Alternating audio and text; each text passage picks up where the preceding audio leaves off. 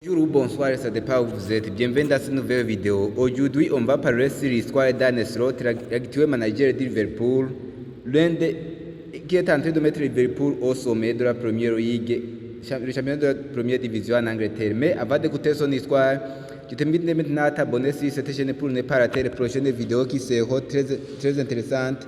Parlera sur les différents secteurs de la vie quotidienne comme le football, qui est le sport le plus aimé au monde, l'entrepreneuriat, les biographies des joueurs et des entraîneurs, et beaucoup d'informations concernant le football, les sessions de motivation partagées par les différents stars dans différents domaines de la vie et le bien-être. N'oublie pas aussi de laisser j'aime, partager cette vidéo et commenter. Si tu es fan de Liverpool, si tu es fan d'Arne Slot, si tu es fan de football en général, veuillez s'abonner sur cette chaîne, laisse j'aime, partager cette vidéo et commenter.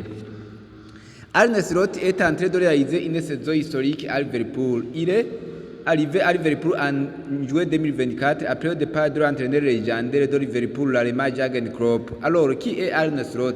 Voici toute son histoire. Son nom complet est Arne Martin Slot, mais il est plus connu sous le nom d'Arne Slot. Il est né le 17 septembre 1978 à Bergheim, aux Pays-Bas. Il mesure 1,85 cm. Il a joué au football professionnel de 1995 jusqu'à 2013. C'est-à-dire qu'il a joué au football professionnellement pendant 18 ans. Il jouait au poste de milieu gauche. Commençons par le parcours junior d'Arne Slot. Arne Slot a commencé à jouer au football en équipe de jeunes de FC Zwolle aux Pays-Bas.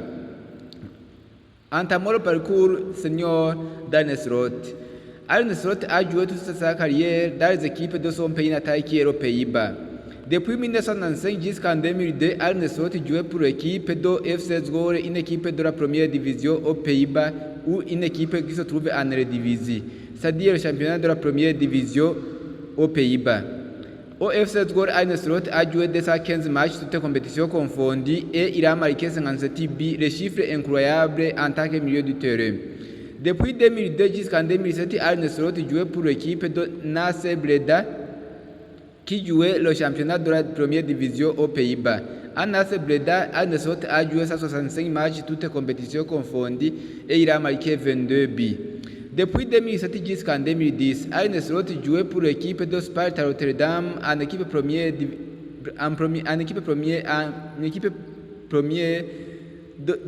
première division aux Pays-Bas.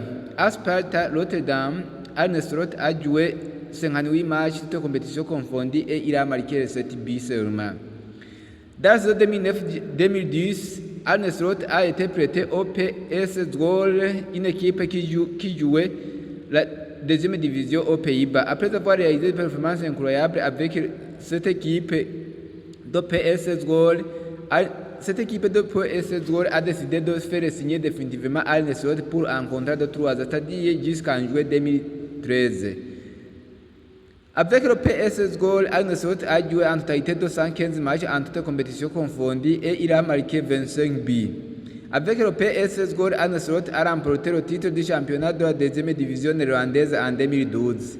Dans cette année, Arne Slot a été élu meilleur joueur du championnat. Dans cette saison 2011-2012, Arne Slot a marqué 9 buts et plusieurs passes décisives. En équipe nationale du Pays-Bas, Arne Slot a joué seulement pour jouer de moins de 19 ans, c'était en 1996, où il a joué très peu de matchs. Arne Slot n'a pas eu l'opportunité de jouer en équipe première néerlandaise car dans ce temps, il y avait beaucoup de meilleurs joueurs et très expérimentés que lui qui jouait aussi dans les meilleures équipes européennes dans de 5 grands championnats. La carrière d'entraîneur d'Arne Slot. Arne Slot a commencé la carrière d'entraîneur dans l'équipe de jeunes de FC Zwolle aux Pays-Bas, son pays natal. Après, il a été nommé entraîneur adjoint de l'équipe de Cambuur et Al-Ahly Alkmaar.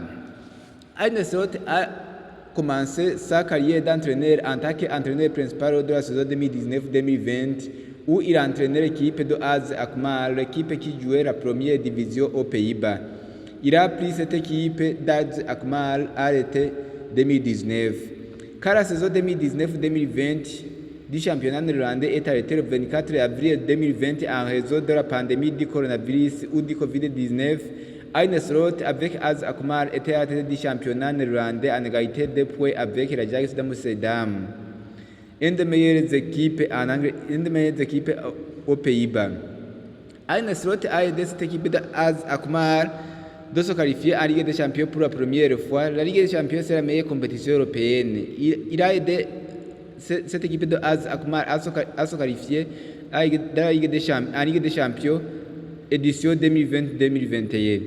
En décembre 2020, Arne Slot est accusé de rapprochement avec le Feyenoord de Rotterdam. Il a été en fait licencié de poste d'entraîneur à AZ Alkmaar. Feyenoord de Rotterdam depuis 2021 jusqu'en 2024. Arne Slot est revenu au poste d'entraîneur en été 2021 à Feyenoord de Rotterdam. Avec Feyenoord de Rotterdam, il a atteint la finale de l'Europa League Conference. C'était sa première édition où son équipe de Feyenoord de Rotterdam a été battue par l'AS Roma, une des meilleures équipes en Italie, qui était entraînée par l'entraîneur légendaire portugais José Mourinho. Dans la saison 2022-2023, Arne Slot a aidé l'équipe de Feyenoord de Rotterdam à remporter le championnat des Pays-Bas surnommé Eredivisie.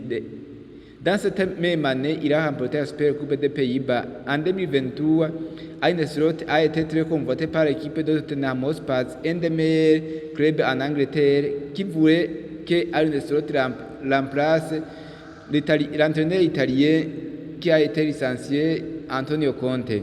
Mais Arne Slot a préféré de prolonger avec Feyenoord de Rotterdam. Dans la saison 2023-2024, Arne Slot a aidé l'équipe de Feyenoord de Rotterdam à remporter la Coupe des Pays-Bas. Liverpool depuis 2024.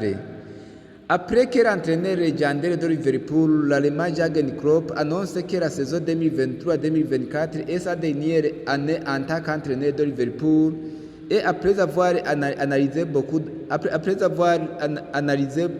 beaucoup d'entraîneurs qui peuvent lui succéder comme l'entraîneur de Bayer Leverkusen, Xabi Alonso, comme Thomas Tuchel et d'autres entraîneurs, c'est Arne Slot qui a été choisi pour remplacer Jürgen Klopp.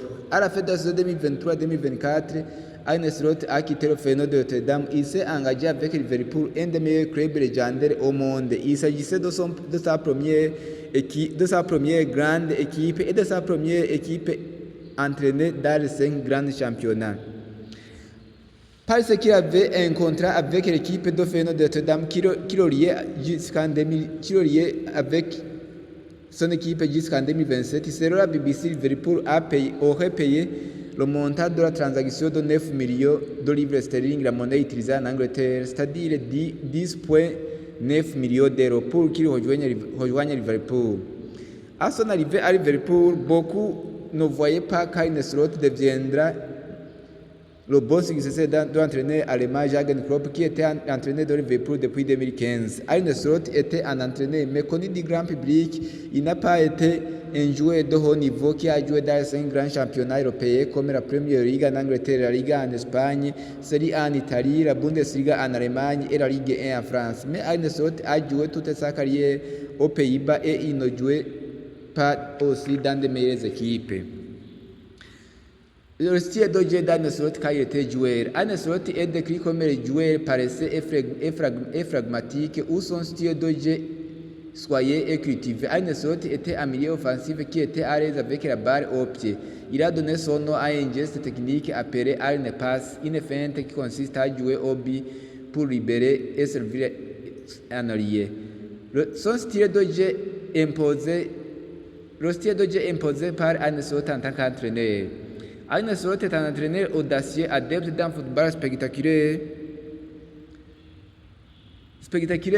mais qui est efficace. Il est capable aussi de hausser le niveau de ces jeunes joueurs. À son arrivée à Liverpool, après avoir réalisé une performance incroyable en tant qu'entraîneur de Liverpool, la presse anglaise l'a surnommé le Pep Guardiola néerlandais à raison de son style de jeu qui impose un style de jeu offensif très pressant, imposant aussi davantage la course que l'adversaire.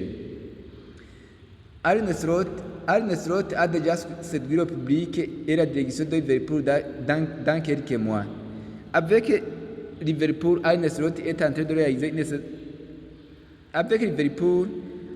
Arne Slot est tenté de réaliser une saison de rêve. Il a transformé Liverpool en une équipe très dangereuse en Europe. Arne Slot a déjà prouvé qu'il est un grand entraîneur malgré sa courte carrière, car il a battu plusieurs grands entraîneurs comme Pep Guardiola de Manchester City, Carlo Ancelotti du Real Madrid et d'autres grands entraîneurs. En tant que fan de football, est-ce que Arne Slot va gagner la première Ligue des Champions en même année? Dites-nous dans les commentaires. Je vous invite maintenant à abonner à cette chaîne, faites j'aime, partagez, commentez. Merci.